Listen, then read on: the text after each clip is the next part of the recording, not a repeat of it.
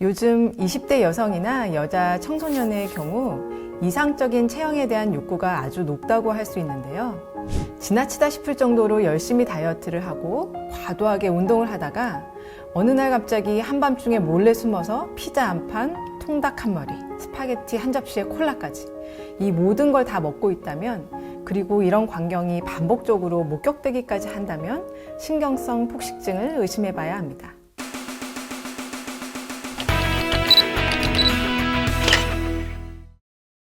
안녕하세요. 서울대학교병원 정신건강의학과 교수 최수희입니다.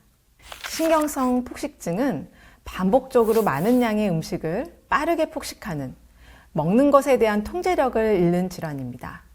일반인은 많이 먹어도 배가 너무 부르면 먹는 것을 중단하지만, 신경성 폭식증 환자는 먹는 것을 멈출 수 없어 고통스러울 정도로 배가 꽉 찰 때까지 먹습니다. 그리고 과도하게 먹고 난 이후에는 스스로 구토를 하게 만들거나 설사약을 사용하거나 과도하게 운동을 하는 등 체중 증가를 막기 위한 행동을 하는데요. 음식을 먹고자 하는 욕구와 체중 증가를 피하고자 하는 열망이 서로 충돌을 일으키는 정신질환으로 섭식장애에 해당합니다. 음식 섭취와 관련된 이상 행동으로 인해서 신체 건강과 또 정신사회적 기능에 심각한 문제가 발생하는 경우를 섭식장애라고 하는데요. 신경성 폭식증, 그리고 폭식장애 등이 있습니다. 신경성 폭식증과 폭식장애 모두 폭식 행동을 반복하지만 근본적으로는 다릅니다. 신경성 폭식증은 폭식 이후 부적절한 보상 행동, 즉 먹고 토하거나 이뇨제, 관장약 등을 먹어서 배설하려고 하거나 과도한 금식 또는 운동으로 살을 빼려고 하는 등의 보상 행동을 하지만, 폭식장애는 이런 보상 행동이 없이 폭식만 있습니다. 따라서 신경성 폭식증의 심각도는 보상 행동의 횟수에 따라 달려 있지만, 폭식장애의 심각도는 폭식 행동의 횟수에 달려 있습니다. 신경성 폭식증은 청소년 그리고 젊은 성인기에 시작하고 과도한 다이어트로 체중을 감량하면서 혹은 그 후에 발생하는 경우가 많습니다. 신경성 폭식증이 처음 발생할 때에는 이 같은 환경적인 요인이 더 큰 영향을 미치는 것으로 보이고요. 나이가 들면서 유전적 요인이 기여하는 바가 커지는 것으로 알려져 있습니다. 그리고 신경성 폭식증은 식욕을 조절하는 시스템과 보상, 즉 만족과 관련된 신경계의 이상과 연관이 있다고 알려져 있습니다. 또한 마른 몸매를 이상적으로 여기는 서양의 문화가 전파되기 전까지 비서양권에서는 신경성 폭식증은 없다시피 했다는 점을 보았을 때 대중매체와 같은 문화적인 요인도 매우 중요합니다. 다음 세 가지가 신경성 폭식증의 핵심 증상입니다. 첫 번째, 먹는 데에 대한 통제력을 잃고 앉은 자리에서 많은 양의 음식을 먹는 폭식 행동이 반복된다. 두 번째, 체중 증가를 막기 위한 보상 행동, 즉 구토를 하거나 설사약이나 이뇨제 등의 약물을 이용하거나 과도한 금식이나 지나친 운동 등을 한다. 세 번째, 내가 어떤 사람이다 라는 자기에 대한 평가를 할 때 체중이나 체형이 지나치게 중요하다 입니다. 여기서 가장 중요한 폭식의 경우 객관적으로 아주 많은 양이 아니더라도 소량씩 자주 먹지만 음식 섭취에 대한 통제력을 잃는 경우도 폭식에 해당될 수 있다는 점에 유의해야 합니다. 반복되는 폭식이나 구토로 인해서 2차적인 증상은 기절하는 것부터 심장 부정맥까지 다양합니다.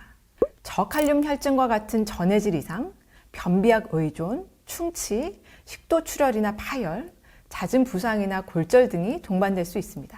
그리고 중요한 것은 우울장애, 불안장애, 그리고 강박장애 등의 정신질환을 함께 갖고 있는 경우가 많다는 것입니다. 신경성 폭식증은 정신건강의학과 전문의의 진찰과 병력 청취로 진단합니다. 폭식과 함께 구토와 같은 부적절한 보상 행동이 지난 3개월 동안 일주일에 한 번 이상 있었고, 체형과 체중이 자기 평가에 과도하게 영향을 미치는 경우 진단할 수 있습니다. 반복되는 폭식은 다음 두 가지 모두 해당될 때로 정의합니다. 첫 번째, 일정 시간 동안, 예를 들면 2시간 이내에 대부분의 사람이 유사한 상황에서 동일한 시간 동안 먹는 것보다 분명하게 많은 양의 음식을 먹는다. 두 번째, 먹는 것에 대한 조절 능력의 상실감을 느낀다. 즉, 먹는 것을 멈출 수가 없거나 무엇을 또 얼마나 많이 먹어야 할 것인지를 조절할 수 없는 느낌을 말합니다. 그리고 우울장애, 불안장애, 강박장애 등의 정신질환이 동반되었는지 확인하고 구토로 인한 신체 변화를 확인하기 위해서 혈액 검사를 시행하기도 합니다. 신경성 폭식증의 가장 효과적인 치료는 인지 행동 치료입니다.